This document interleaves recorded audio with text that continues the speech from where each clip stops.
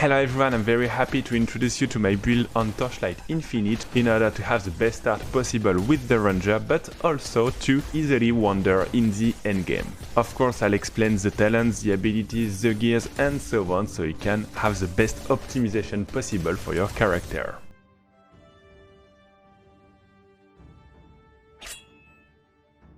I'll start with the class and we'll go for the Ranger because we have the passive which buffs the damage from the projectiles. It's the perfect fit with my build. You'll then have different traits. The idea is to increase the projectile damage and the crit chance. I won't go too much in the details, but of course if you have any questions on this, feel free to post in the comments. So now the ability and energy system, it's very important for you to fully understand how it works. That's why I spent much more time on this section, and I'll start with the order of the skills and slots to unlock. First thing, start to unlock every abilities, it doesn't cost any energy, and unlock 2 auras because we won't need the 3 in order to have enough mana. The 2 auras will cost 10 energy each, so that's for the global idea of the setup, but in the meantime, of course, you'll be able to start unlocking slots for your abilities. You need to start by unlocking 3 slots on your main attack because it will greatly increase the DPS, that's why at the beginning we only unlock the 3 first slots of your main attack. Once it's done, we unlock 1 slot for every spell because it won't cost much energy and will come very handy. After that we unlock 2 slots on the curse and the mobility, the curse to have more damage and the mobility because it's very important in the game. Once it's done, 3 slots for the mobility spell and the curse one, and after that you go for 4 slots on the DPS spell in order to boost the DPS. You can even consider 5 slots, but it will cost a lot of energy.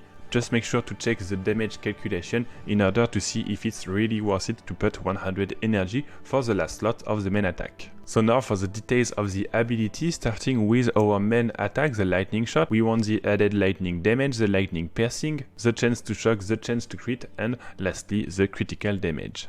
For Blink, we'll use the buff in order to gain attack speed after using it, the cooldown reduction and the fastest cast for this spell. For the curse debuff, Electrocute, increase duration, increase area of effect and increase effect, but it also reduces the area of effect, but it will become much more powerful.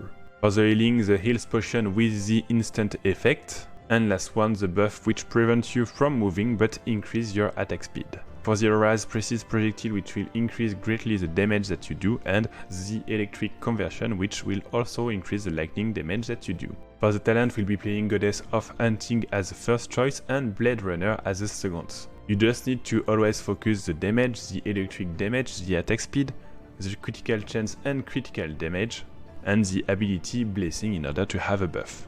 When you have a node points in the talent tree, you'll be able to choose a node, and for this it's easy, just keep the main idea with the stats.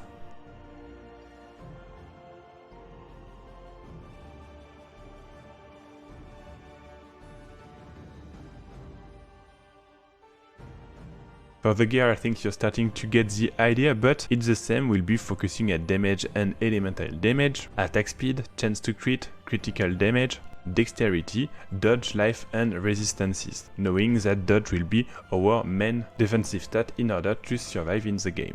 So I'll show you in the endgame the stats that you should have. Of course, during the leveling it will be the same idea, just look for the stats that I mentioned. I also wanted to speak about the spirit pack, but it will be much more difficult to have the right pack, so just do what you can, try to follow the stats. Don't put, for example, a spirit with spell damage because it won't do anything with our build. The good thing is that if you follow that build, you'll have a great time even in hard dungeons. So let's use the full gameplay with a quite hard one. You'll have 2 phases, the first one with the monsters, elites and so on, and of course end up with the boss of this dungeon. So I'll let you the full gameplay, and as usual, if you have any question, feel free to post it.